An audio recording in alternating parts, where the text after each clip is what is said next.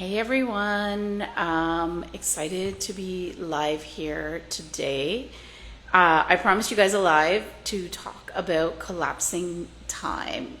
And this is something that we've just been doing in the Flow and Thrive experience over the last couple of weeks, is kind of just saying, you know what, we're tired of manifesting, we're tired of waiting, we're going to make things happen and we're going to make them happen now. We're not here to wait around to have our desires, we're here to manifest them now, because we know one thing for a fact is that what gets us what we want is being a match to it.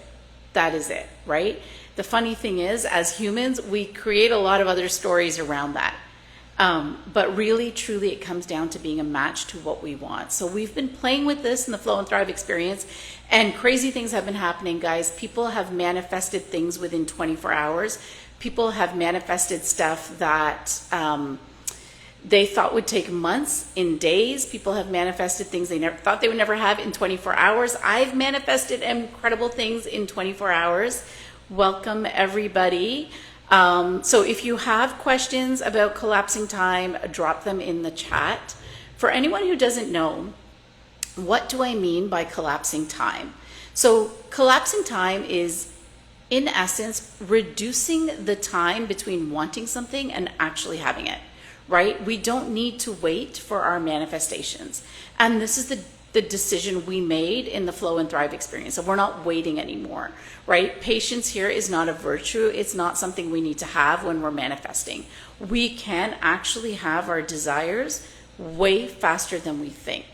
So you're probably thinking, Rini, if that's the case, then why don't I have what I want? There's two reasons we don't have our desire. The first reason is simply because we believe certain conditions have to be fulfilled in order for us to get what we want, right? And oftentimes these conditions are things that we've just seen and inferred from observing life, things we've seen and heard in childhood, things our parents might have told us. You might have heard things like, go to school, get a good education, get a job, get promoted, and then you'll save up a lot of money. A lot of people are growing up with other conditions, right? Start a business as soon as you possibly can, and then you'll have a lot of money. So this desire of having a lot of money, you can take my own example where I said, well, if you trade stocks and you're really good at it, you can have a lot of money really fast, right? There's so many different ways to manifest money. But somehow we start to create these conditions, right? So even if you stop and you think about your own life right now, if you think about your business, you might have created a condition that I need 10 clients to manifest this amount of income. And now to get those 10 clients, I've got to go and do X, Y, Z. What if you collapse those conditions? Because now you're creating your own cause and effect. You're defining a strategy, and we all know that everyone can follow the same strategy and still not get the same result. Because it's not about following the strategy. It's not just about following the steps and executing, right? Those are just conditions we've created in our mind, and we believe if I execute, I get what we want. But oftentimes we see so many people doing all the things, and yet they still don't have the desire. So we know this, that conditions alone is not enough, and also that conditions don't have to exist to get what we want. We have seen overnight millionaires. People win the lottery all the time. We've seen spontaneous healing. I've had spontaneous healing where something that doctors tell you can't be cured, suddenly people have manifested that out of their bodies, right? Love, we hear it all the time. Oh, was it just a chance encounter? I wasn't even looking, right? So the conditions we believe have to occur first are stories that we've created, right? So if you can let go of that, if you can say, okay, if I'm just going to have fun with this for a bit, and if you guys aren't familiar with my work, and anyone who's joined, welcome. Feel free to drop any questions you have in the comments, and I will answer any questions you have around anything you're trying to manifest. But so anyways, for people who are not familiar with my work, one of the things that I want to do is always make things tangible, right? So we talk about this stuff that we want to manifest things quickly. So I'm like, okay, guys, bring the things that you want to manifest. Tell me what it is. Let's talk about it. Let's get really clear and specific, right? Because everything I'm sharing with you guys right now, it's a concept. And it's like, okay, Rini, that's very easy to say, but how does this apply in my situation? So this work is about like getting our hands dirty, actually knowing how to apply it, right? So now, okay, we know that things can happen apparently out of the blue. We tend to call them miracles, but we can normalize miracles. In the Flow and Thrive experience, we're really starting to do that now. So what I said to the group was, let's have fun with it. What if you just drop these conditions? What if they didn't matter? What if you could just abandon these stories that you've created? What would happen? And then we come up against the second reason that we're not collapsing time and getting our manifestations instantaneously. And that is that we are not a match to it. A part of our identity is not matching up. It is resisting our manifestation. And it sounds quite counterintuitive, but the fact is, if you haven't matched up to if you haven't gotten what you desire, it's because you haven't matched up to it, right? So there is a part of your identity that's holding on to something old, an old pattern, something old that is resisting you getting your manifestation. And why does this happen? So if we can dig in and see, why does this happen to people? Why are they holding on to these identities? Here's the thing, we're all energy, we're all frequency, and we have this body, right? This body identifies with your ego, right? So now you've got this body that's matched up with this ego, and your ego is created by your beliefs, right? Your thoughts, your beliefs, your behavior patterns creates your ego identity. And the minute you try to shift that, the body panics because now it's got nothing to attach to. It's like, well, what am I without this identity, without this ego, right? So your body actually is resisting your manifestation when it requires a drastic identity shift, right? So it may not be a huge, and this is why things take time, because we tend to shift our identity slowly over time, right? So let's say you work in a corporation and you're a manager and you've been working there for a while. You're like, I know the ins and outs. I want to be the director. So now you apply for a promotion and you get promoted. You would not apply to be the CEO because that feels like too much of an identity shift. Do I know enough? Can I do enough? Like, do I have the experience? How can I do this? So you wouldn't naturally go there. A little thing about me that not very many people know, I used to work for Disney. And when I started at Disney, I was an intern. And within 18 months, I became a director. I had my own office. I had my own secretary. I had a great, amazing job in strategy, in sales strategy at Disney in London, England. And I had zero notions about how this works and how promotions can happen. I just saw a job I wanted and I thought, that looks so fun. I'm going to apply to that. Yes, it's a little bit above my rank right now, but that's okay. I'm going to apply because I was attached to that outcome. I was in the frequency of what would it feel like to be that director? What ideas would I have? How would I behave? How would I show up to work? What would I do? How would I help the company? How would I benefit the company? And when I walked into the interview and I shared those thoughts and ideas, I was able to land that promotion. And it had very little to do with my experience. Clearly had nothing to do with my experience because I didn't have enough. Similar thing with trading stocks, right? I went in it from the notion of this is the outcome I need. I need to create this much income on a daily basis in order to support my kids, in order to support myself. So I'm just focused on creating the income. I am attached strictly to outcome. I don't understand very many conditions. I don't have a finance background. I didn't take any courses in trading stocks. I'm self-taught, but I was focused on outcome. I was focused just on this is the income I need to create every single day. It wasn't until I filed my taxes that I understood my return on investment was 35%, which is unheard of, right?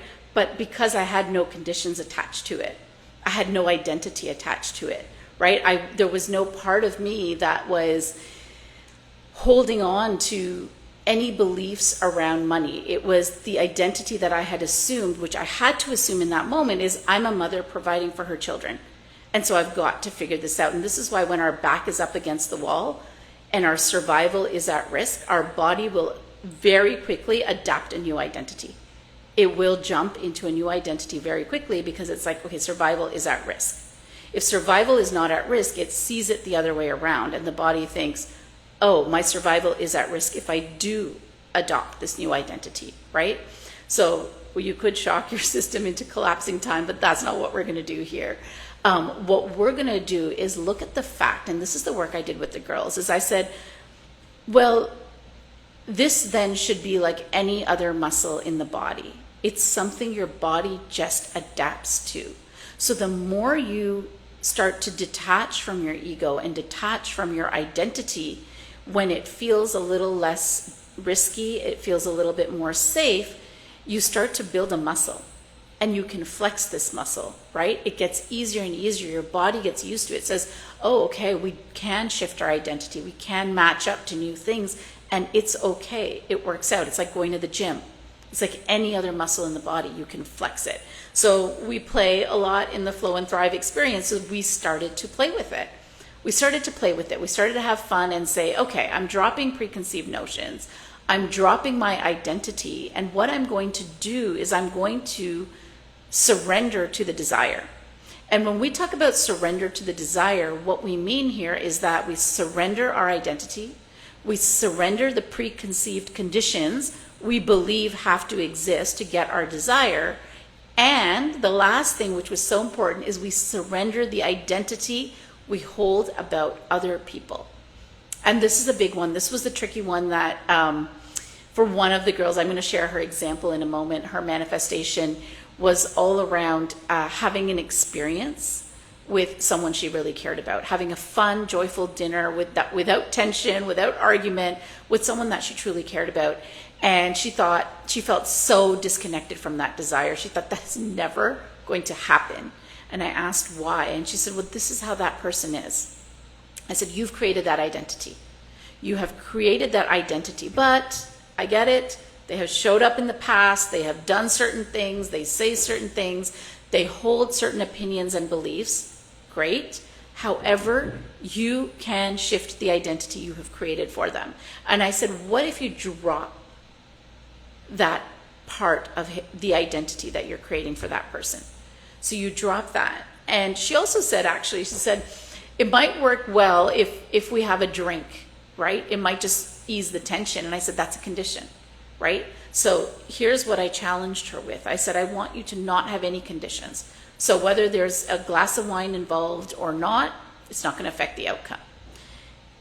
This other person has no identity in your eyes. They are just energy, and they can choose to be any version of themselves around you. Because what happens is when we hold an identity for someone else, we behave according to their identity instead of our own. And when we behave according to their identity and we say this person is never going to chill and have a fun time, then that person will never chill and have a fun time, because that's how you're showing up. And when you show up that way, that's what you're a match to, right? So you have two options. You neutralize their identity, or you create the identity of them that you desire. Either one will work, okay? We don't always have to fully envision our desire. If we can get to a place of neutrality and surrender, it's enough. It's enough to get what we want. So we drop the identity of the other person. We drop the preconceived notions, and we surrender our own identity and choose an identity that is a match to the desire. Because what's happening here now, we are not focused on conditions, because if you focus on a condition, you're trying to manifest the condition, not the desire. So we're not focused on conditions. We're not focused on identities. We're simply connected to a desire. We are surrendering to that desire, and we are acting from the frequency of that desire, not of our current state, not of our current circumstance, but from the frequency of that desire. And when you nail this, the manifestation happens instantaneously. I was having a conversation yesterday I just hired someone in to work on Dance Bollywood, to work on the operations and management and strategic growth for Dance Bollywood. And I was having a conversation with them yesterday, and I asked the question, I said, when did we meet? Because it was a very chance encounter. It was not expected. It was not anything. I just said, when did we meet? And he said on May 18th, and I said, so funny, because I wrote this in my journal on May 17th. I said, I want to grow the business, but I do not have it in me to create the structure and the systems and the strategy that we need to scale. So universe, I need help. I need to be in a place where I can manifest somebody in to do this. And I fully surrendered to the universe. I did not think that a condition had to exist for this to happen. I did not think that I had to put out feelers or interview someone or ask around or post anywhere. I just envisioned what the business would look like if this person could come in the business. And I was so connected to that. That's happening. The next day, by chance encounter, I met the perfect person to do the role, to do the job. And so this is the power of collapsing time. And in Flow and Thrive, I've just been seeing people do this on a daily basis. We had one person come in and she wanted to day trade, and we need $25,000 to day trade. And so she manifested that money. I think she manifested 22,000 of it in 3 days. And we just spoke today, and now she's like at 24,000. And so that's in less than a week. I think that's in a span of like 6 days. So that's the power of this work, right? That is the power of connecting to your desire. And this is the work that we do in the Flow and Thrive experience. So I promised to answer questions, and I know some of you guys sent questions, and I wrote some of them down. So I will answer these. Okay. I've been doing the inner work, shifting my frequency, shifting my identity, and affirming, but I'm not manifesting my desire. I'm even seeing signs. Any tips on how to troubleshoot? Okay, I want to share something else, because this is huge. The number one reason I see people not having what they want is judgment of where they are right now. Okay, so, and what I mean by this is usually saying it's taken so long. I should have done this faster. Why didn't I know better, right? Any judgment of current circumstance reinforces that circumstance. It means that you're going to continue experiencing that over and over. So it's dropping that judgment. The other thing I see people saying is like, I'm seeing the birds before land. So anyone who's familiar with Neville Goddard's work, the birds before land. So I'm seeing the signs, I'm getting closer, but it hasn't come yet. I want you to think of the concept of birds before land, right? These are ships. They see the birds, they understand, okay, now we're moving towards land. And what if they said, well, but the land's not here yet, so we're just going to stop the ship. Getting frustrated, the land's not here yet. When you see the birds, when you see the signs, keep going. Don't stop and question. The minute you say, I'm seeing the signs, but it hasn't come yet, that becomes your reality. That is what you've connected to. That is the frequency from which you move and operate. And that is what you're going to perpetuate. That is what you're going to create, right? That's what you're becoming a match to. That I just keep seeing signs and I don't have my desire. It would be the equivalent of the ships or the captains seeing the birds and then stopping the ship and saying, yeah, I see the birds, okay, birds before land, so I'm just going to stop the ship. It's not here, the land's not here yet, right? This is where we keep going. We keep going regardless. So if you're doing the work, you're doing the affirmations. The other thing I will talk about on this question, which is something I read in The Science of Getting Rich by Wallace Wattles. This book is a game changer. Please get it if you don't have it. If you want to manifest what you want, because he said one thing, you can affirm, but it doesn't matter. What matters is the state that you're in when you're doing the work, right? So yes, you can affirm and you can show up. I had another question here around, I'm posting all day and I'm still not getting sales. It's crickets, no response, no likes, no follows. And here's the thing, you can do all of the work, but the question is what state and what expectation are you doing it from? What are you connected to when you're doing the work? Are you connected to the fact, and this comes right back to the other question around judgment or around I'm not seeing the results, is if you're doing it from the state, I'm creating content, but I'm not getting any traction. I'm not seeing any results. From that state, you will continue to create content that doesn't get that result, that doesn't get the sales, right? So the work here is to connect only to desire, not to current condition, not to circumstance, not to preconceived conditions that must occur before. So don't connect to any cause and effect. Don't connect to identity. Simply connect to desire, and it becomes yours immediately. You collapse time. So that's a little bit on collapsing time. That's a little bit on what's been going on when we started to really play with it. And this really requires you to have an open mind, an open heart, and say, I'm going to show up. I'm going to let go of the notion that it's not happening. It has to happen. It has to happen. The creation is done. You desire it because it's already yours. It's already done. It's already there, right? So if you can assume that and connect into it, not only will it happen fast, you will know exactly how to get it. And oftentimes how you get it has nothing to do with how you were told you would get your manifestation. It has nothing to do with that. If we're collapsing time, we're no longer operating in a Newtonian model where we've decided that all of these things lead to all of these things. We just want this outcome. This is the quantum field. We want this outcome. We pinpoint, we connect, and we move from that frequency. So that is the work for collapsing time. A lot of it does come down to ego detachment, right? That's what the ancients always talked about, detach from ego, detach from ego. The more detached you are from your ego, from your identity, the better you are at shifting patterns, at shape shifting. Literally, shape shifting is shifting your geometrical patterns to create a new identity, which results in a new reality. This is the work of collapsing time.